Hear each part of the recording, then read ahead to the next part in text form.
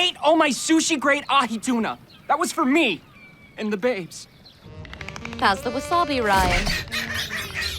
And I'm bad like the Barbie. I'm a doll, but I still wanna party. Well, the Barbie movie is here, and it's doing extremely well. It's been a minute since I've seen an event like this. My entire mall was decked out in people wearing pink, and while I mourn for all the Pinkie Pies that were sacrificed for these clothes, I don't regret it.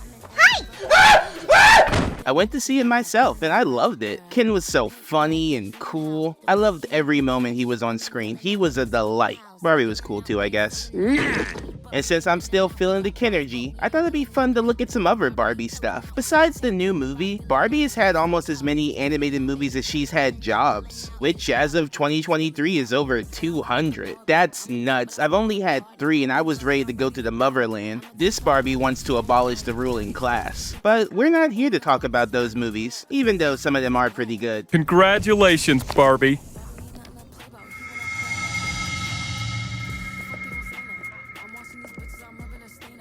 Way to throw off the curve, Barbie. We're here to talk about Barbie's first ever animated series, Barbie Life in the Dreamhouse. Summer days are breezy. We can take it easy at the dream house. At the dream house. Barbie Life in the Dreamhouse came out in 2012, the exact time I wouldn't be watching a cartoon based on Barbie. I mean, I was a boy who grew up being a manly man. What interest would I have in Barbie, dressing her up and putting her in vehicles? I was too busy playing with Max Steel, dressing him up and putting him in vehicles.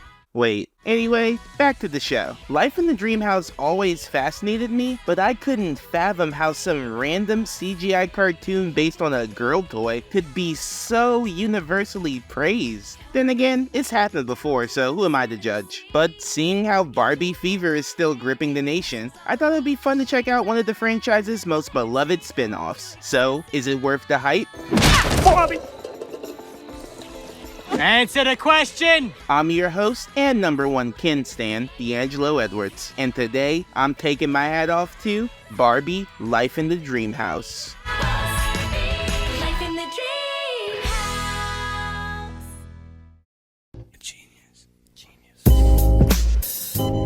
It goes ba-bum, ba-bum, bum, click, bum, ba-bum, ba-bum, bum, click, bum. We need more bad guys to smash. Bum, click, bum. I be Lord of the Rings, I manifest. Represent from the den, I don't wear no vest. I got a heart in my chest, it goes ba-bum, ba-bum. I sway halfway, the day's hump, get over. I be Lord of the Rings, I manifest. I'll put a shot to your Den, I system. don't wear no vest. I got a heart in my chest, it goes ba-bum, ba-bum. I sway halfway, the day's hump, get over. One out the ring, so now you got... I really don't want to lose this bet. Last time was bad enough. That's it, Barbie! Polish those heels! Make them shine! Shine! Okay, let's get into the show. Barbie Life in the Dreamhouse is a series of 3 to 4 minute webisodes that were made for YouTube and the official Barbie website. While I think both of those ways to watch the show are gone, the series was eventually all put on Netflix. Though for some reason, the episodes were just uploaded as 12 chunks of episodes out of order. I know the last thing you think of when Barbie comes up is continuity, but it matters a bit here. Certain characters get introduced, and events are mentioned that if you only watch the Netflix version, you'll be a little confused, or you can just take it as it is. When you watch it out of order, it's like watching a fashion-forward Memento.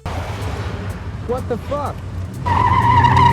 The show was animated by Jam-Filled Entertainment, formerly known as Arc Productions, who you might recognize from classics like The Happy Elf or Romeo and Juliet. Well, I mean, statistically, someone's gotta recognize them. I am Captain Love, aka the Love Machine, aka Baron von Kissy Kissy. The series focuses on Barbie's life in Malibu, living with her sisters, hanging out with her friends, and taking care of her pet. They also show her with her animals too. Oh wow! Every episode shows them attending an event, solving a problem, or just their day-to-day life. On paper, there really shouldn't be anything here worth watching. You're telling me they made a Barbie show where Barbie and her friends just do all the things Barbie and her friends do? With Barbie? Woo! Where's my autograph book? I wouldn't blame you if you passed on this just because of that. But what really makes Life in the Dreamhouse stand out is just how committed they are to the bit. Instead of treating characters like actual people, which is what most of the animated movies do, Life in the Dreamhouse leans heavily on the fact that the characters are dolls. This means the models actually have the joints that real dolls do, furniture comes out of stickers, and they watch static images on toy TVs. It's great. Check out that footwork. Check out that. Oh, come on! Not many shows lean into the toy aspect, and the ones that do are nowhere near as funny or clever as this one. Like, everyday stuff like lipstick and batteries are oversized, like it's a kid using them with their Barbies. I love it. The animation isn't mind-blowing or anything, but because they stick so closely to the doll aesthetic, you don't really notice it. And although the CGI isn't anything special, they make up for it in character acting. They also just seem to live in a utopia where the biggest problems are a bad hair day. I'm not joking, dude. Like, most of the time the characters are depicted as looking perfect and having near endless amounts of money. While I was starting to question the realism shown in this cartoon made for 9 to 12-year-old girls, something did dawn on me. Barbie has over 200 jobs, and all of her friends, they have quite a few as well. So it makes sense that they have money to blow on fancy cars and closets the size of a small country. They actually use these jobs to poke fun at Barbie's age, some of which include the Marine Corps, astrophysicist, and the President of the United States. So how old is Barbie anyway?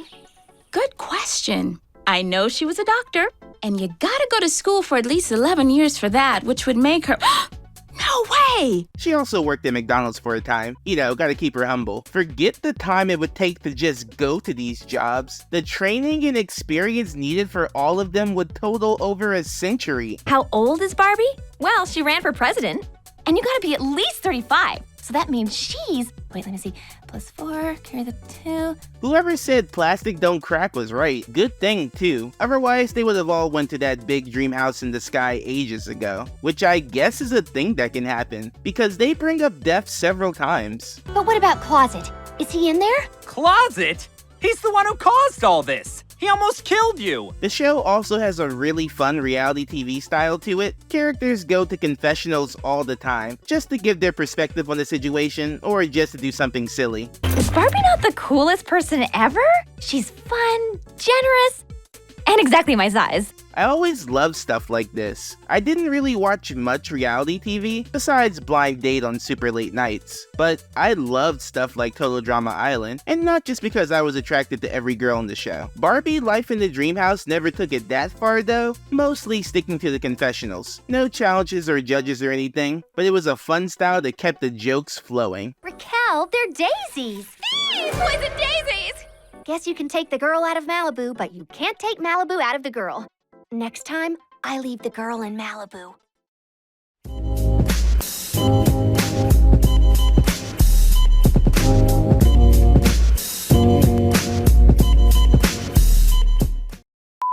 Before we start, I just want to say a quick thank you for 20k. It really does mean the world to me that I've come this far, and I have all of you guys to thank for it. So I'll be doing a 20k Q&A. The last one I did was for 1k, so updates need to be made. If you have a question, just leave it in the comments and start with the word question. Also, for 20k, I'm finally gonna make that Motor City video I've been talking about, so get excited for that. And lastly, as you might have heard, there's a new Metalocalypse movie coming out soon, and I want to celebrate by making a big review. But with YouTube being YouTube, there's no way I can make it the way I want and stay monetized. So my solution is this. If I can reach 100 patrons before the movie comes out, I will make the video the way I want, post it there first, and then post it to YouTube. This will also get the ball rolling on the Discord server I want to make, so let's get at it. Once again, thank you all, and back to the video.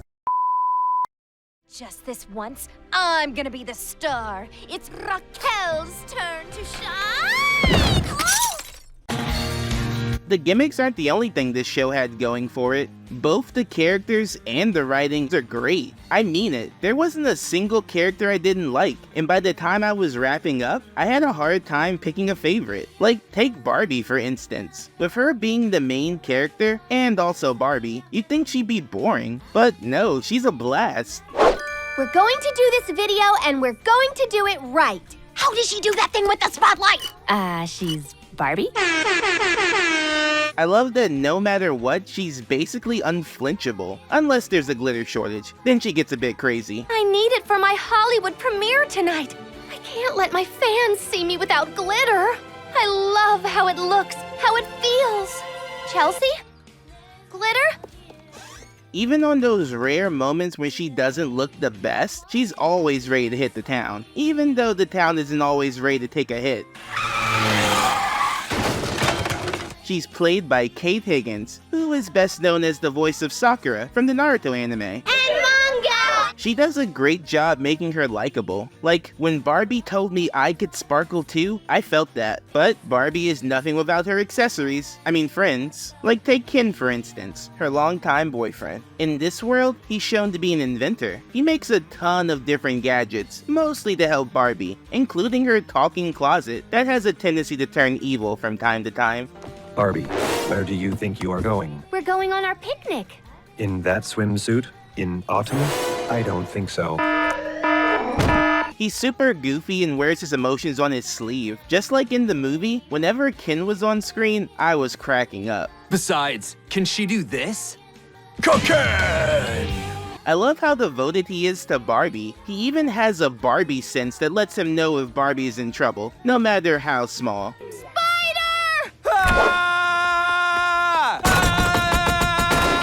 Him and Barbie actually have a really cute chemistry in this, spending a lot of time together, working together, even celebrating every pointless anniversary. I want to put together the perfect outfit for my date with Ken.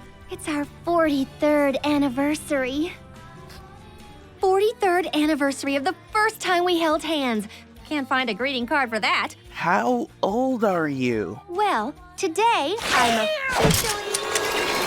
But getting in between them, you have Raquel and Ryan, Barbie and Ken's respective frenemies. These two are also great. Both of them are super self-absorbed and are constantly scheming to get ahead of their rivals, though Raquel is the more conniving of the two, with Ryan mostly being an idiot that spends his time making terrible songs and hanging out with cardboard cutouts of himself. Me likey. Never hurts to be seen with good-looking people. So yeah, he's pretty great. Whenever him and Ken are rubbing their two brain cells together, it's always a great time. Raquel, however, is a lot more aggressive when it comes to beating Barbie, constantly trying to sabotage her. But these attempts always backfire on her. Oh yeah, the only thing better than a mean girl in the cartoon is a bumbling mean girl. She might be a clown, but she always looks fierce doing it. Well, most of the time. We even get to see Barbie's sisters, Skipper, Stacy, and Chelsea. I love that none of them are like Barbie. It would have been super easy to just make them mini clones of her, but they each have their own distinct personality. Skipper is the more tech-savvy one, always connected to her devices, while Stacy is the more sporty one, usually shown playing every game imaginable, often at the same time. But my favorite sister is Chelsea. Who? Oh yeah, if you're like me, you probably remember her by her original name, Kelly. This was changed in 2010 to Chelsea because she was called that over in Europe. They decided to just go with that name so the doll would have one name no matter where you went. They even make fun of it in an episode. If it isn't my favorite Barbie sister, Kelly, right? It's Chelsea. Chelsea is the best in this show though. Hyper-capable children are always funny, and Chelsea is nothing if not competent. She built a business from the ground up, defended her house when she was left home alone, and even hosted a telethon to raise money to teach animals to read. Most scientists will tell you that animals will never learn to read. That's quitter talk. Not bad for someone who still listens to Kids Bop. Personally, I prefer speed metal. I was really surprised to find out that she's voiced by Laura Giroux. That name might not sound familiar to you, but if you were a fan of Keith Apicary back in the day, she played his little sister, who funny enough was also named Kelly. But by far, my favorite character in the show is Midge. Yep, that one pregnant doll. But in the series, she's actually shown to be Barbie's childhood friend from her old hometown in Wisconsin, which is actually accurate to the Barbie lore. When she first shows up, she's super old-fashioned. She doesn't know how to work technology or use slang. She doesn't even have any modern features. You're fully articulated? I can only do this. In her debut episode, she gets a makeover from Barbie, but it doesn't change her small-town ways. Do you have anything a little more gentle on the taste buds? I've got a PB&J on whole wheat. Whole wheat? You know I don't eat spicy food. She's just so sweet and likable, and she has a super cute laugh. I might have a soft spot for all these characters, but nobody comes close to Midge. Gotta hit the waves, then some macrame. Every day in Malibu's a perfect day.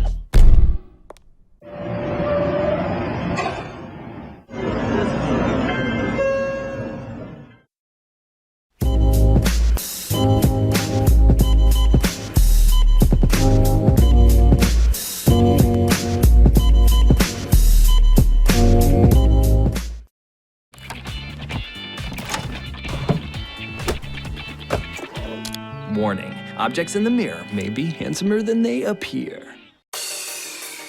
This show was popular from the start. Since the original uploads are gone now, I have no idea what the numbers were, but all the uploads by fans have view counts in the millions. It was a bona fide hit, which led to it getting 3 more seasons. It even got some longer TV specials that were aired on Nickelodeon. The specials are cool too, but I prefer the quicker paced, bite-sized episodes. The longer ones tended to drag just a bit, and with less time to tell a story, you learn how to cut out the parts that don't matter or aren't as funny. I'm glad they never tried to do a longer, standard-sized episode, but who knows, it could have been good. The rest of it was. And as the show went on, they added even more characters, like Summer, Barbie's sporty friend, or Grace, a scientist who becomes Barbie's newest BFF. They went on bigger adventures, with some even spanning 3 episodes. They formed a fashion spy team, traveled to alternate dimensions, can even cause the nuclear winter that threatened the fate of the humanity. Hashtag just guy things. But even though the show was such a massive hit, after 75 episodes, Mattel pulled the plug on it. They decided to follow it up with Barbie's Dreamhouse adventures, which dropped the doll theme and just made Barbie a normal girl. I don't want to watch just a normal girl.